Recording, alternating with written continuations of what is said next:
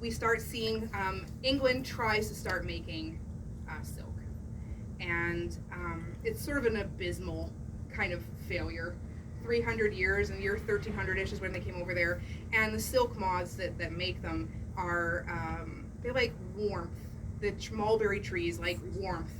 You know, they don't want to live in a rainy, cold, and damp environment. And we try really hard. And we start producing a little bit more by 1600. And King James, the fifth of Scotland and England, who was married to Anne of Denmark, she tried to show off her silk dress made of English silk. Hello. And then it sort of quietly went away.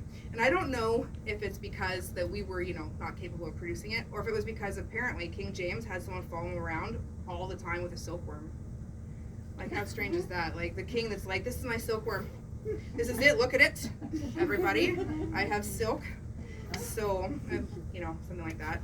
And so at that point in time, that's when they realized they needed somewhere warm to have silk to grow, because obviously if it comes from warm countries, England is not that. And we had, at this point, for about 40 years, been sending people over to the New World. And in around 1603, they sent the first silk larvae and cocoons and mulberry seeds over to Virginia, where we started producing silk as well. And it was a bit of a booming trade. It wasn't as big as it was from India or whatnot, but it kept England going and having some money in that. We didn't have to just, privateer Spanish ships and Asian ships and dominate countries to get it. We had some of our own going on. And that went on for a couple hundred years. And we even see some of that silk coming over in the 1700s, when you start to see those great silk gowns, right? The robes à française and the court gowns that had the panniers that were 5 feet out from you. And there was sumptuary laws that did not allow people at that point to use decorations that were different from your gown. So that's why you see they needed extra silk for everything, because they were so decorated, right? They had all of those silk strips and puffs and ribbons, and it was made out of the same fabric as their gown up until about the 1760s. Have any of you heard of Madame de Pompadour? Mm-hmm. So she was a very famous mistress of Louis XV of France, and she even had some silk named after her. So I tried to find something similar to it in the store, because if you even look up Pompadour taffeta at this point, you'll see something that looks a bit like this. Now this is painted silk. It's not quite the same thing, but they started getting that silk, here, go ahead and pass it around, that has this kind of like jaggedy shapes woven into it. In reality, it already had a name. It was silk ikat from Indonesia. So it was a little thicker than this, but it did have lines and those kind of interesting sort of what we think of as being a modern sort of weave into it, those shapes. But they were heavily wearing it once she made it fashionable in France. And then we kind of have, at this point, silk has been working its way down even in the West. People who are a little bit poorer are starting to wear it. You can have a silk purse or a hat or a collar or cuffs. You start seeing the middling folks starting to wear it. And then things sort of crash. The incredibly fancy people who are super wealthy decide that the sign of being rich is no longer being decadent and sumptuous. It is now a sign of having restraint. And this is as we're moving into the Regency period. Well, there's a revolution in the middle of that. There totally was, yeah, hugely. Yes. And so the silk market is starting to fade because we're bringing back things like cottons from the Middle East. And we are getting machinery that can make cotton really easily. So we start seeing the need for silk to go down. So instead of it filtering out and getting cheaper to the population at this point, it actually goes the opposite way. It starts to become only, again, where the most wealthy can have it, because there's less people making it. And into the late 1800s, we have the crash of the silk market, and not because of the industrialization, but because the mulberry trees get a sickness. And around 845, it starts, and it progresses to 1890. And the moths that are eating this they actually start to get sick from it. They get their own bacteria in it, and they're dying, and it shrinks. It almost was removed out of Persia. It's going back way into China, and the silk that you're getting now is so precious that monarchy essentially is wearing it, or very, very wealthy nouveau riche people, and the old rich. But I find it really interesting that there's one thing that stays into the 1900s that like every household has up until the Second World War, and again, it's women that has it. Like, can you think of anything that you know that people previous to 1940 would for sure have had if you were a woman? Silk Nylon. stockings. That's the one. Yeah, totally. So you see that, and every household has these stockings because it's strong, it holds its shape, and yet it bounces back. It has a sheen to it, and it wasn't until that Second World War that you see it go away, because we're talking about strong stuff, right? I mean, silk has they use it for parachutes, yeah, everything. Then and gunpowder bags too, because it's got the tensile strength of steel or greater. It doesn't rip easily. It can be tightly woven, and when it gets wet, it gets tighter, right? So you're not going to have this. Yes. My husband's grandfather has, well, we have it now, a silk map of England when he got shot down, and he survived. Rad. So they would actually print the maps of the enemy On silk. on silk, so they knew because it wouldn't get damaged. Yeah, when they see, were- and it's been used for so many things, and this it makes me look at these things. Yeah. Just a quick question. Yeah. You don't see it often knit. I've seen silk socks. So So I'm wondering if stockings were knit, because they also didn't have a lot of give to them. it's interesting that you say that. So silk stockings were being knit back into the 1500s.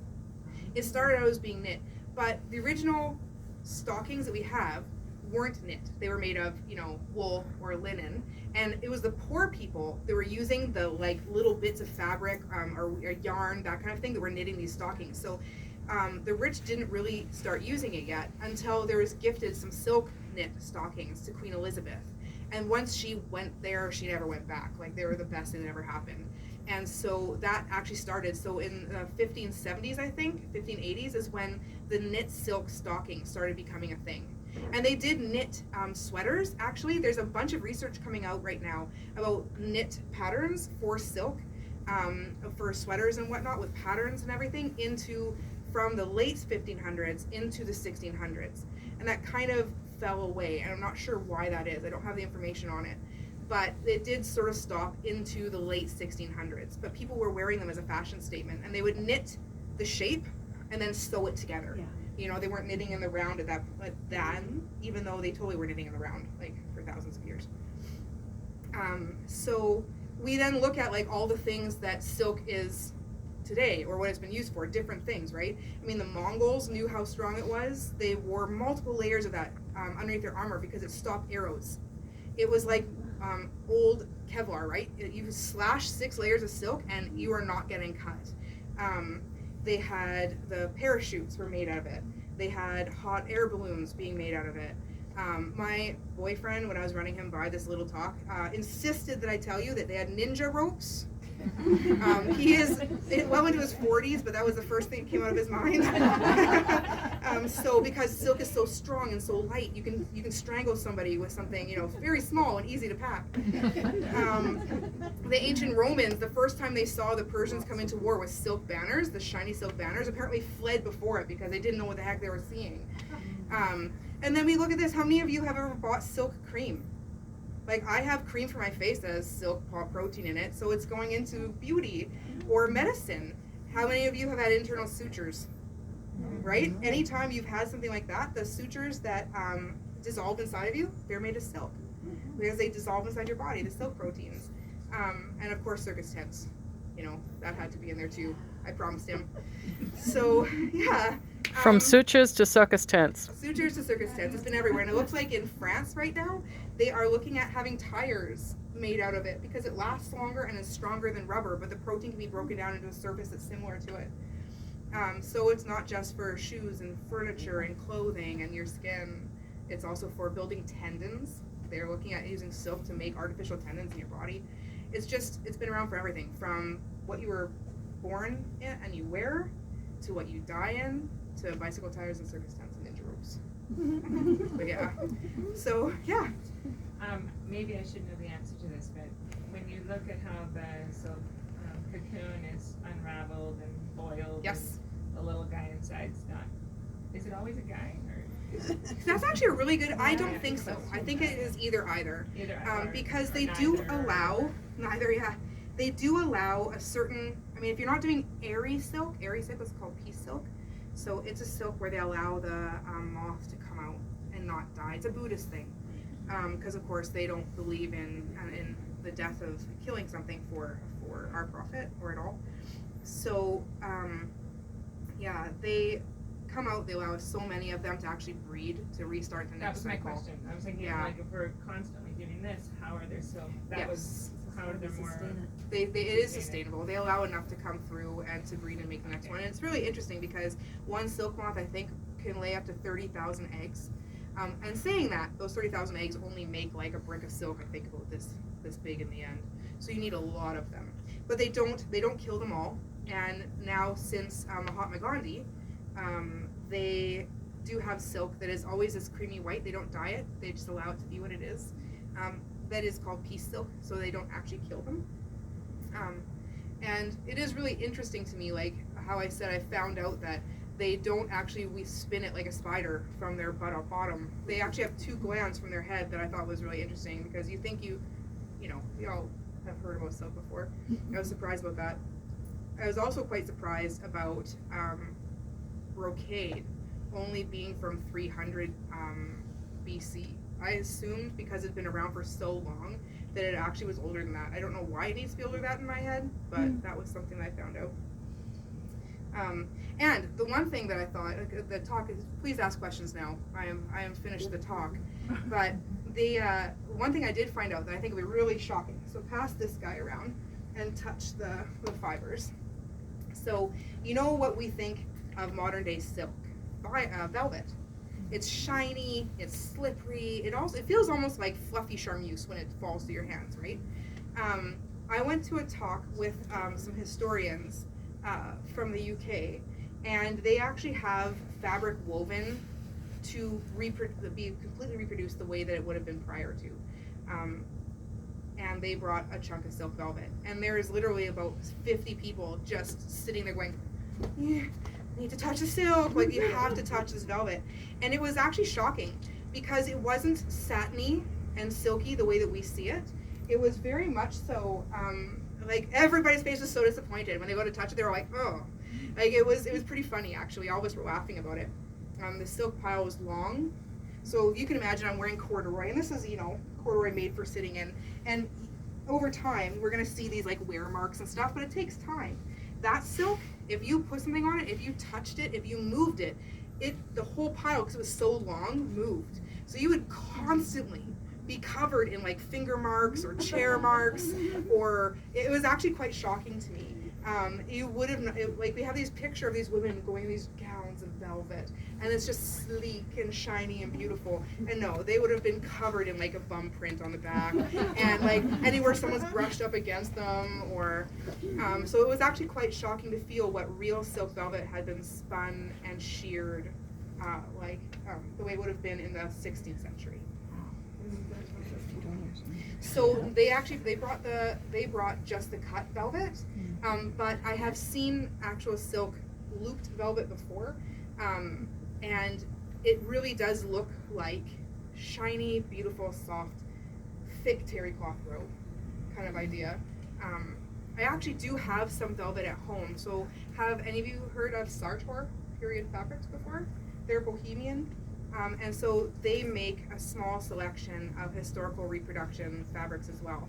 And I bought 2 meters of one of their uncut velvets. And so it's, to make the pattern, it is sheared close, sheared secondary, and then left in loops. And it is very interesting. It really feels like a fabric you would sit on, rather than what you're making a dress out of, but they would have. It would have been very heavy and stiff. By Bohemian, do you mean it's actually from the area of Bohemia? Yes, it's from Czechoslovakia. Yeah, we're in that area, I think. Yes, Sartor Bohemia. If you don't mind sharing, what Yeah. did that set you back? ish? Or did you I think look? $360, not with taxes. Yeah, so it wasn't horrible. Yeah, there's more. I mean, you can buy. There's a place in Italy. It's the oldest known silk textile factory that's left alive from the 1600s, early 1600s, late 1500s, and Scavamandra. And I mean, you can buy a meter of fabric for thousands of dollars there. I remember when I first started getting into the SCA, I found that place and had no idea that fabrics were that expensive, right? Like, truthfully, I had no real idea. And so I was like, I'm putting that in my cart, and I need 6 meters of this. And when I looked at the price, I was just like, I'm gonna shut the computer and walk away. You know, like, yeah, there was fabrics on there where they don't have a price, right? Like, they're like, you know, when you're buying a yacht kind of idea. If you have to ask the price, don't bother. You can't afford it. You can't afford it, yeah. Yeah. So Bursa is a very interesting place to go. It was 20 years ago that I went to Bursa in Turkey. Okay. To- Oh, to the neat. silk market. Yes. And we took a day trip off to Bursa, and there was so much to choose from. I panicked, and I couldn't Just buy bought it all? anything. Oh, No, no! I bought No. one little piece, and Yeah. it's still all folded up. I can't cut it. That's so funny. I have silver bullion trim that is made in Japan, but it's an old fashion pattern. It would have been period to the 1500s, and it has sat in a drawer up until like literally 2 weeks ago for about 11 years. And Silver bullion? Yeah, my sleeves that I'm making for that gown, that's silver bullion. Yeah. Yeah, so I expect it to be black in a very short order, because that's what happens when you wear silver. But yeah, it's like I got a steal on it, and I'm like measuring it out, like, and being like, how much do I have to do? But it's sat there, just waiting to get used. But my friend brought me back a bunch of silk from China, so I figured I should maybe actually do something with the gift and make it pretty. Yeah. So do you draft your own patterns? Yes. There are places that you can look to find patterns. So the construction of things for the time period that I am usually recreating, they were making your body conical. So even though it looks like you're wearing a corset, and from 1598 up you could be, they weren't to nip in your waist or anything. They were actually to make it so that pattern drafting was easier on a woman, because men somehow fall into like pattern categories. They're really easy to draft, but women are all over the board, right? Like, we are so differently shaped from each other, bigger, smaller, taller, whatever, and it becomes very hard to get a quality and comfortable outfit if you don't pattern draft yourself, because you're wearing multiple layers. You don't want bunching. You find that the actual patterns don't work if you're trying to do them properly. So over the years, I have looked at different books like Janet Arnold's Patterns of Fashion, and the Tudor Taylor and Matthew Nahey, who are all costumers, and seen what the shapes and the patterns are for the different places that they'll be in, and then work with that beginning shape. And I mean, I've bought patterns too, just, you know, if I'm making something brand new and I'm like, I don't even know where to start, you do that for you, but you quickly find out that they don't fit you anyway. So it's nice just to have a starting idea of what the shape is supposed to be, and you pattern draft yourself. Now, when I say you pattern draft yourself, I mean we pattern draft each other, because pattern drafting yourself for something that has multiple layers and may have like canvas that is stiffened with glue in it, it needs to be comfy, right? So you try and get a friend to help you, because if you don't, it won't look right. I mean, we're not all fashion designers. Yeah. So I've been watching some of these historical TV shows lately, and the costumes are fascinating. Someone's gone to a lot of trouble Totally, to research that, yes. right? So it got me thinking about undergarments and the things that would be next to your skin. And I Yes. don't expect they were luxurious, but what did you wear as a thing close to your skin that wasn't going to scratch you up? It's a really good question, because, and it's a wonderfully easy question. So previous to the Regency, essentially, and parts of the 1700s, everybody would be wearing linen. If you were really, really rich, and you maybe were from the Middle East or Eastern Asia, you might be wearing some silk or cotton, because they had that out there. But if you come anywhere from Eastern Europe in towards Western Europe, you were wearing linen, and there's really good reason for this, and I can actually tell you about it.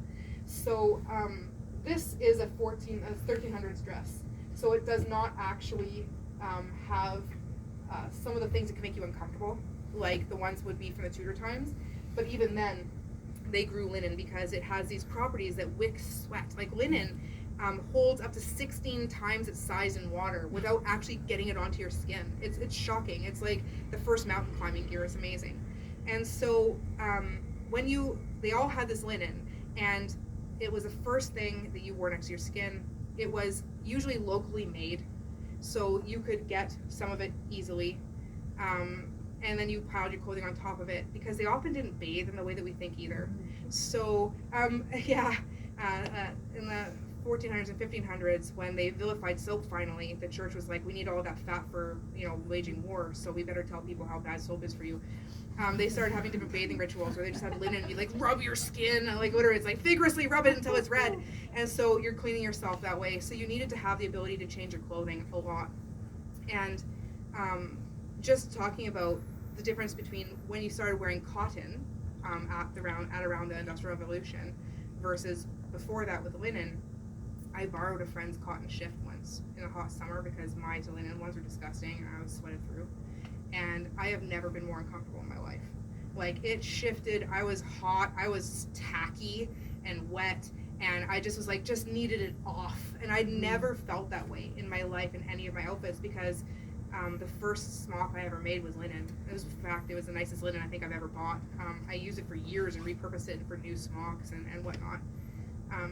So linen smocks was your average, and you really did need it. It stopped everything. And the average person would have 3 smocks. So you'd have your Sunday good one, you'd have a couple to change through the week or through the day so that you weren't filthy by the end of the night. And they would.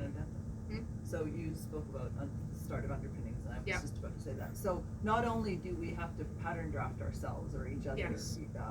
Bobbi and I together, but also like anyone when we do what we do, you also have to think about for the character or the costuming time period that you have chosen, what are the underpinnings for Yes. that time period?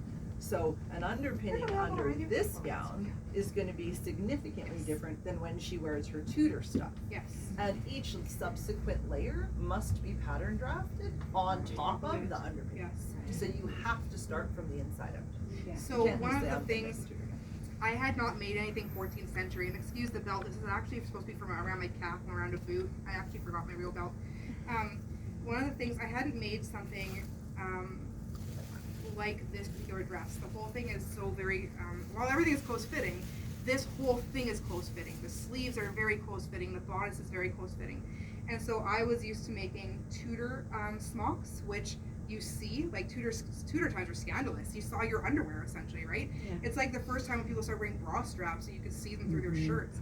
At this time period, you wouldn't have seen it. They tended to have tight, smaller arms, and they were, during the Côte Hardy period, they were very form-fitting, and they would actually kind of hold you in a little bit on their own too. When I made my first smock, I made it with room to breathe in it. I did not make it as tight as it should have been. And what I found was, so it doesn't really look like it, but on me, this comes quite far out. So I have a lot of space that's open here, right? And the smock prevented me from like even getting into the clothing. Like I had to shrug it up. There's all this fabric bunching here. So depending on the time period that you're in, your underpinnings would change. Like during Tudor times, they had a lot more puff sleeves. You don't see it a lot in the really fancy portraits. You see more of the tight sleeve and the big turnback. But they also wore big puff sleeves as well. And they started having things like pullings out. So they have slashes in here when they first started doing it. So they had these big voluminous sleeves that you could pull through little pieces of it. And you had larger smocks because it didn't matter as much how you were putting on. It was going to be poking through things. But so yeah, the shape of it definitely changed, the necklines and whatnot. Can I ask you one more question Yeah, about the linen absolutely. underpinnings? So when I think of linen, I sometimes think, and I wonder how refined the spinning would have been, because sometimes linen has the linters for the Yes, the sort of sleeves. scratchy bits that come with the plant. So how, Yes. I'm curious to know how good they were at So- refining, so it was soft and you didn't get the little scratchy bits next to it. So that's an awesome question, because it is one that surprises a lot of people. So we have gone back in time when it comes to what linen is like now. We do not have the capability of making linen like they did before. So with the Industrial Revolution and cotton machines being the thing that everything is made on, we stopped growing the really fine, thin, long line linen that we had been growing for thousands and thousands of years. I mean, the Egyptians were making it sheer and beautiful, 6,000 years prior to like 0 AD. So back in the day, when it would have been Roman times, Greek times, all the way up until the 1800s, linen was incredibly fine. They could have hundreds of warp and weft threads per square inch, hundreds of them, and it would still be sheer. It was just so beautiful and tiny and fine, and they weren't slubby. And it wasn't supposed to be super soft either. It should actually, like, when you properly treat your linen, it should stay slightly silky and crisp.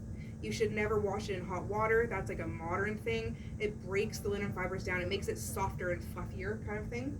Even the ancient Vikings, who are on hanging looms combing the linen on, like not with like shuttle looms the way that we think of modern things and in the Renaissance, they had linen polishers. So you would take your linen after you finished washing it in a cold stream and lay it out flat to dry. And once it was dried, you would have a glass or bone polisher that was very smooth, and you'd put it on another piece of something very smooth, like a hip bone or a smooth rock, and you would sit there and you would burnish that linen until the linen itself had a bit of a sheen back to it. It was treated very differently because linen is a little bit brittle, and they didn't want that break to happen in it. But yeah, to answer your question, it was way nicer. So it was a different plant. It was, essentially. yeah. A different plant. If you actually get really nice Ramie, Yes. like the really nice Ramie from Asia, because it's related, and you, which I haven't seen for a long time. Yeah, but for a little while back, like 10 years ago, 15 years ago, they were bringing that in stores. That is actually closer to what linen was like previous to the year, 1800 and back, than what we have today, because we have those slubs from the chopping of the cotton mills that they're made on in general. Yep, hemp is also totally similar. It has a lot of the same characteristics. Hemp and flax are related the same way as Ramie and flax are similar. Actually, hemp and flax are more closely related. So yes, you could make it, but hemp is not to this, never grows to the same length as the actual linen flax that they would have harvested. So Yes. could you kind of use it as a substitute now? Totally. Yep. You can see it in a lot of places. I don't know if you have ever had hemp linen here. We have hemp canvas right now, Yeah. and we haven't had Ramie, but I've seen Ramie. Yeah.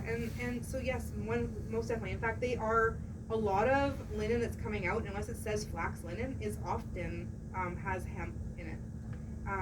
And in the SCA, because we do historical projects and we have competitions for that.